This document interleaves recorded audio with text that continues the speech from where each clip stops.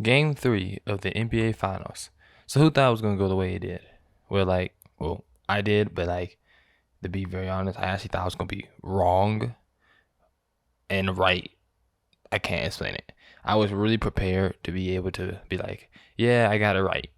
But after watching the game, I at one point was hoping that I was going to get it wrong after the Warriors had made a good run in the third quarter. With that being said, though, this is the post-game recap of Game 3 of the Celtics versus Warriors.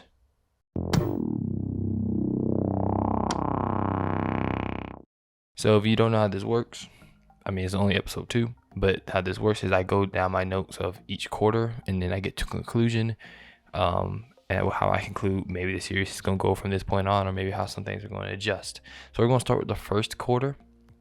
And I honestly think there was really nothing great about the first quarter for the Warriors. In my notes, obviously, they weren't responding offensively or defensively. Boston was going on good runs, taking good shots, penetrating the paint amazingly, and they weren't able to respond to it well. They were giving up way too many good looks for the Celtics, which is the dribble penetration was just too efficient. It could be said that maybe they were hoping the Celtics weren't going to light up the three, but the Celtics have been this wish-washy team where in the playoffs so far some nights can't miss and other nights can't hit, and so you're taking a really big gamble when you're letting them shoot those shots. The lack of rebound by the Warriors in the first quarter was very prevalent, and obviously the offense was struggling. When you can't rebound and your offense is struggling, what can you do? You gotta hope that you're just playing amazing defense, which they weren't. On the Celtics side of things, during the first quarter, we saw Jaylen Brown start off extremely hot. Crazy how hot he was. I'm going to get back to that in a second, but there was a great flowing offense.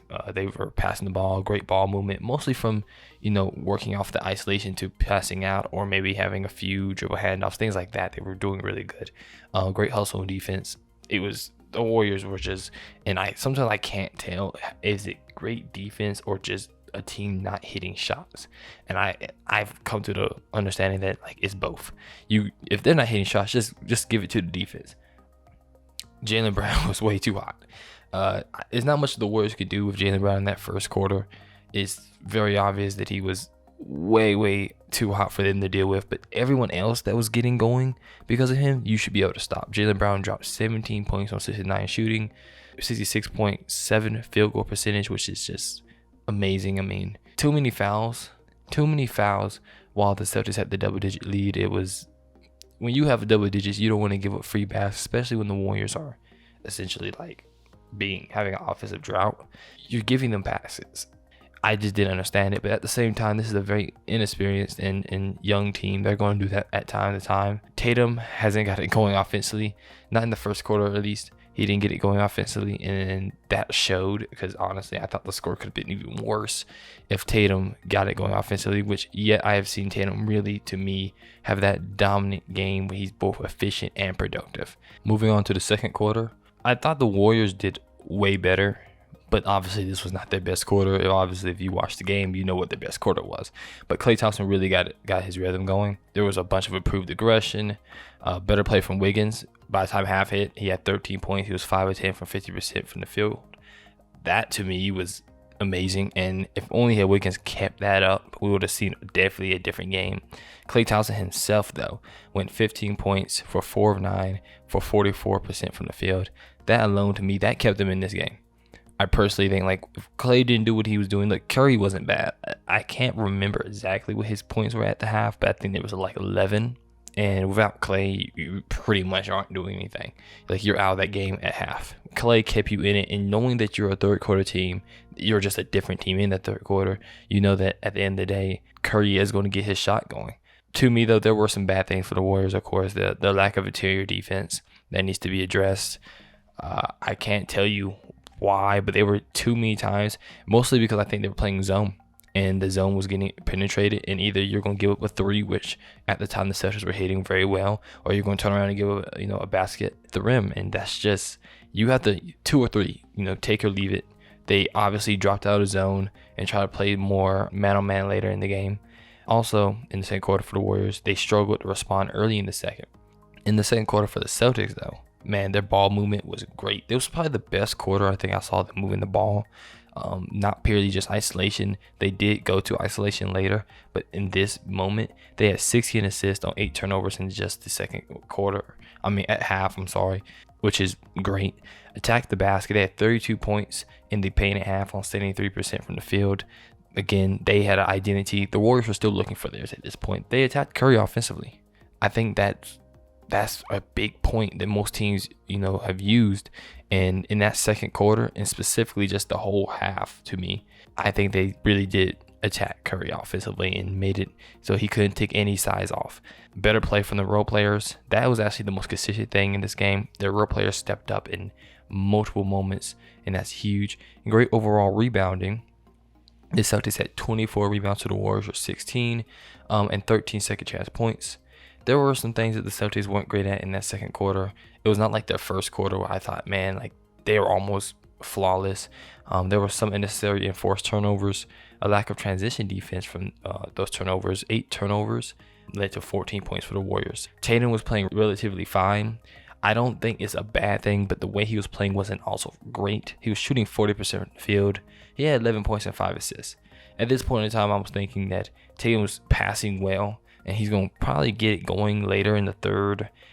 But, like I said, let's move on to the third. That exactly didn't really happen. For the Warriors, though, Steph Curry was heating up. He's dropped 15 points on 5 of 8 from the field, 63% from the field. That's Steph Curry. That's no surprise. Better individual defense from the Warriors and individual defense from Curry. I think the Warriors playing better defense in the third has always been a thing, but Curry was individually playing better defense. He was getting switched on the players. He was overall being a better defender. Good shot selection, play calling. Again, that's third quarter Warriors. Clay's lining it up. At this point, I was surprised. I had in my last video as a prediction that Clay wouldn't be doing what he was doing. He had dropped 10 points just in the third by himself, and 3 of 5 from 60% from the field. Like, man, there were issues with the Warriors, though. Like every team, there's going to be issues at some point. And Steph got in foul trouble early in that third, which really, really changed the outcome of, how the game was going. They attacked Curry knowing that. And if Curry had 1 foul, 2 fouls, he would be a little more free and loose, on both sides, offensively and defensively. But instead, he very much had to kind of dial it back. There was too many fouls with key players. Obviously, this goes back to Curry, but Green too. He had 4 fouls by the time the third ended. That's just Green's aggressive, and you're in Boston, so you're not gonna get the whistle. But at the end of the day, if you're Steve Kerr, I don't know how do you balance that out, knowing that that's how Green plays the game. Too many fouls in general. Boston got in the bonus with 3 minutes left, and that to me is just overall, it's not really a good thing. For the Celtics, third quarter though, there were some good and some bad, mostly bad. But who really can play that good against the third quarter of Warriors? They're their own style, own team in general. The Celtics, they maintained the lead through the offensive onslaught that the third quarter Warriors were able to, push, and they also still rebounded well. There was no primary score becoming relevant in the third quarter. No answer for Curry really, and Tatum and Brown lacked. Honestly, I'll say it like this: I think Tatum played all right in the third, but Brown definitely lacked aggression. And overall, their team didn't have great aggression scoring wise. They were relying on playing defense, and they weren't doing great on Curry at all at that point. So it didn't really work. Now the fourth quarter is where things kind of swing back to Boston's favor. This is where home court advantage becomes a huge benefactor here, because there was better hustle for the Warriors. But honestly, that's probably it out of what I thought the Warriors did good at. There was too many turnovers. They had 3 assists to 8 turnovers. Early foul trouble for Green. He had his 5th foul with 7:22 left, and then later on fouled out. So that's where, again, your fouls bite you in the butt, and sometimes your play styles just doesn't work. Other times it does, but you have to live with it. The defensive adjustment was being exposed. Curry was getting switched on to primary scorers. I think there was too many. Essentially, even if he didn't get switched on to someone that was like a Tatum or Brown, who were taking advantage of that matchup, they were giving the ball to Marcus Smart more and saying, Marcus, you're going to have to put your head down and go to the basket. And that's where I think the game definitely was split wide open. For the Celtics, though, it was like the opposite. The Celtics essentially didn't have anything bad for me to say. There was good defensive adjustment early in the fourth. I thought they, easily stopped dropping so much on those screens and dribble handoffs. They were, guarding them better on Clay and Curry.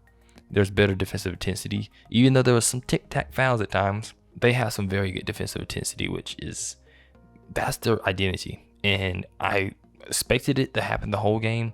I think the second and third, I felt like they weren't playing at the same level they played in the first and fourth defensively. But also, you can just say, like, it's hard to play defense on Curry all 4 quarters that way. He runs and moves too often.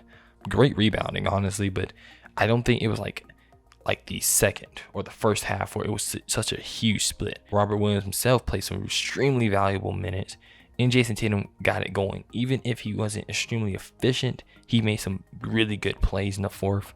His fourth quarter stats were 8 points, 3 of 7, and 43 field goal percentage. He also had 2 assists. That led the team in the fourth quarter in points, which was technically tied with Marcus Smart, and he led the team in assists. In conclusion, I think the Boston had such a great start. They had 68 points in the first. That is actually what rolled them to this win. And Jaylen Brown dropping 22 was huge. Jaylen Brown is known to be able to do this type of thing. Right? He's a great scorer. Jaylen Brown, though, even though he did drop 22, he obviously didn't maintain that. But it honestly was nullified when Tatum actually became more relevant in this game. Tatum himself, though, impact the game in different ways. He didn't have to score at a huge high quantity. He was able to do everything, right? 26 points on 9 of 23. That's 39% from the field. That's not good. But his 9 assists and his plus minus being 13, meaning when he was on the court, he did a great job. Overall, great play from Boston role players. I think that's actually what separated this game. Marcus Smart himself dropped 24. Robert Williams had 4 blocks and a plus minus of 24. Grant Williams dropped 10 points, 10 assists. I think it was 10 points, 10 rebounds. But, he dropped a double-double. Great play from the Boston Celtics role players, which is about to be a trend here. It seems that they can't win decisively without their role players playing huge roles like Game 1. And so I really wonder if the role players don't show up like they did in this game for Game 4, how's that game going to go? Because it is still in the Garden, so it still should go in their favor. But they're not exactly the best home team in this playoffs. The key to victory here was they started the game off blazing hot, survived the third quarter Warriors onslaught, in which they then responded themselves in the fourth quarter. For the Warriors, though, in conclusion, they started off the game too sluggish, offensively and defensively. They just didn't do anything to stop the Celtics. Too many of their fouls, which put key players in foul trouble. The Warriors came out at the half with better defensive intensity and adjustments, which helped their huge offensive run in the third by Curry and Thompson. But by the time the fourth quarter came, obviously they had a flat offensive run. Outside of Curry and Thompson, no one else was really getting it going, which really hurt them as those two essentially had to cool off at some point, right? Here's the reason why they lost. The Warriors started the game overall dead on both the defensive side and at times on the offense, and put themselves on a hole that they had to dig out. By the time the fourth quarter started, their 2 key players had fizzled out, and with no other players like Poole or Wiggins putting up huge numbers, it very much hurt them. So I truly think the Warriors themselves are going to find their way. I think that game 4, they're winning. I think 5, they're winning. 6, they're winning. I've already put my predictions. I think that's how it's going to work. They're going to find how to make it work in game 4. The Celtics are known for dropping games. I don't think the Celtics role players are going to be able to play this good every single game of the series, in which at this point, 3 games in, both of their wins have come by their role players having really good games. You can't expect Marcus Smart to drop 24 throughout this series. You can't even expect Robert Williams to play as much as he did now. He's already injured. To me, it's very obvious that the Warriors had a bad few quarters. In fact, the Warriors had one actually truly good quarter. The other 3 were essentially the Warriors being sluggish and not being the Warriors. If you enjoyed this episode of this recap, don't forget to leave a like and subscribe. And also leave your predictions for how the finals can go from this point on.